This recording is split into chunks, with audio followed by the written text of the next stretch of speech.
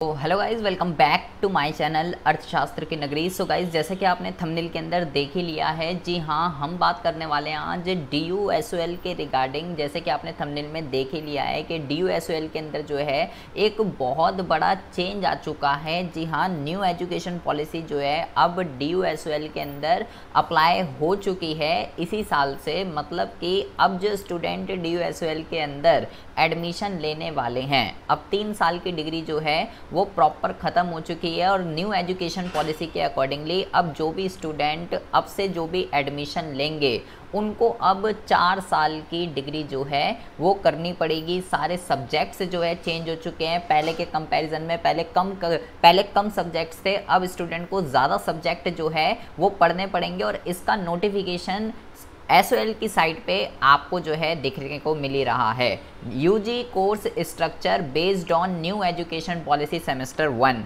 बहुत सारे स्टूडेंट मेरे से सवाल कर रहे थे कि सर SOL के एडमिशन कब चालू होंगे, क्यों नोटिफिकेशन नहीं आ रहा, क्यों नहीं आ रहा। तो उसका जो रीज़न था वो यही था कि DUSOL के अंदर न्यू एजुकेशन पॉलिसी को अप्लाई किए जाने की वजह से अभी तक DUSOL के फॉर्म जो है वो आउट नहीं हुए थे, लेकिन अब ये फॉर्म आउट हो चुके हैं। यहाँ पे पूरा का पूरा स्ट्रक्चर आपको बता दिया गया है कि भाई कैसा रहेगा। अब बहुत ही जल्दी DUSOL के अंदर एडमिशन जो है वो आपको देखने के लिए मिल सकते हैं।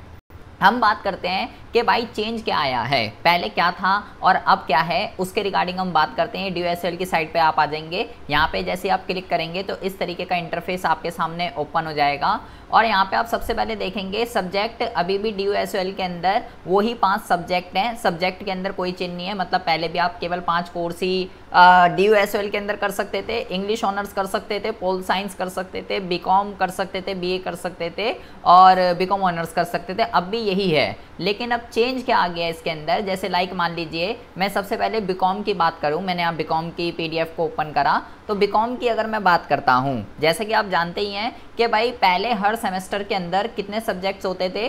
पहले हर सेमेस्टर के अंदर जो है केवल आपके जो है 4 सब्जेक्ट होते थे, 4। लेकिन अब 4 सब्जेक्ट का सिस्टम जो है अब पूरा का पूरा ख़त्म हो चुका है। अब आपको 4 नहीं, अब आपको चाहे आप कोई भी कोर्स कर रहे हैं, यहाँ से आप कोई भी कोर्स कर रहे हैं, अब आपको 7 सब्जेक्ट पढ़ने पड़ेंगे, 7 सब्जेक्ट।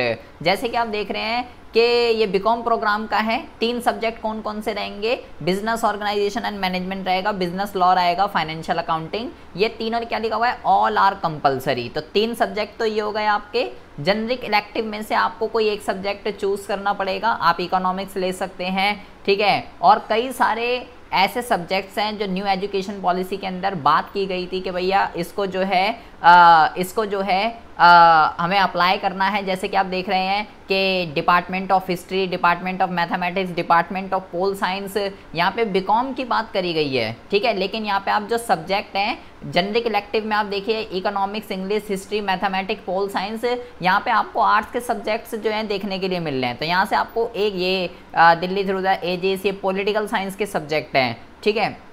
ये हिस्ट्री का सब्जेक्ट है, सॉरी, ये हिस्ट्री है, ये इकोनॉमिक्स है और ये पॉलिटिकल साइंस है। तो यहाँ पे आप देखो BCom के अंदर BCom के भी सब्जेक्ट्स देखने के लिए मिल रहे हैं, आर्ट्स के भी सब्जेक्ट्स देखने के लिए मिल रहे हैं। और इसके साथ साथ इन्वायरमेंटल ये कंपलसरी है। तो 3 ये हो गए, एक आपको यहाँ से सिलेक्ट करना है, 4 ये हो जाएंगे, ये कंपलसरी है, 5 सब्जेक्ट ये।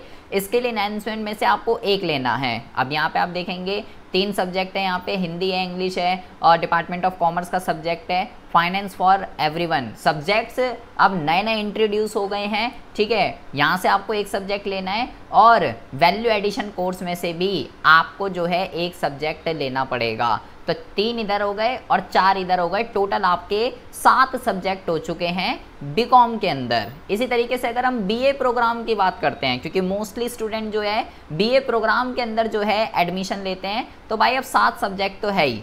स्ट्रक्चर क्या है, यहाँ पे देख लेते हैं BCom का, BA का। यहाँ पे अगर हम डिसिप्लिन की बात करें तो आपको डिसिप्लिन में से यहाँ से कह रहा है choose any one from DSC 1। आपको यहाँ से एक सब्जेक्ट लेना है, एक यहाँ से लेंगे और उसके बाद यहाँ से आपको 2 सब्जेक्ट चूज़ करने हैं।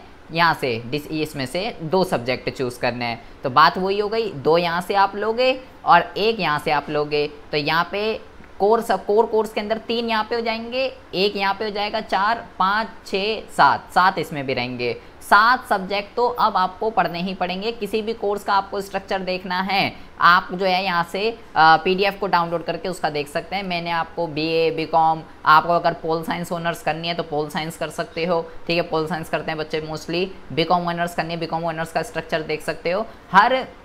हर सेमेस्टर में आपको 7 सब्जेक्ट, अभी तो फर्स्ट सेमेस्टर का हुआ है, यहाँ पे 7 हैं, हो सकता है सेकंड सेमेस्टर के कुछ अलग सब्जेक्ट हो, ज़्यादा हो कम हो, कुछ भी हो सकता है। क्रेडिट सिस्टम जो है हो गया है भाई कि भाई इस वाले के जो हैं DSC के 12 क्रेडिट हैं, जनरिक इलेक्टिव के 4 क्रेडिट हैं, एबिलिटी इन्हेंसमेंट के जो है 2 हैं, स्किल इन्हेंसमेंट के 2 हैं, टोटल 22 क्रेडिट है फर्स्ट सेमेस्टर के। मतलब ऐसा हो सकता है कि लाइक किसी का कोई बैक आ गया, जब तक आप सारे क्रेडिट्स को कवर नहीं करेंगे, सिंपल सी बात है, तो आपकी डिग्री जो है वो वैलिड नहीं होगी। अब ऐसा सिस्टम हो चुका है भाई, 4 साल की डिग्री हो चुकी है। अगर आपको नहीं पता न्यू एजुकेशन पॉलिसी के अंदर क्या है, 4 साल की डिग्री में पहले साल करने पे आपको क्या मिलेगा, दूसरे साल पे क्या मिलेगा, तीसरे साल पे क्या मिलेगा, और 4 साल की अगर हम करते हैं तो क्या मिलेगा, ये न्यू एग्जिट एंट्री क्या है न्यू एजुकेशन पॉलिसी के अंदर। अगर आपको ये नहीं पता है कि भाई ये क्या अप्लाई हो गया है, न्यू एजुकेशन पॉलिसी क्या थी, अगर आप भूल गए हो उसके रिगार्डिंग, आपको पता ही नहीं है न्यू एजुकेशन पॉलिसी क्या होती है,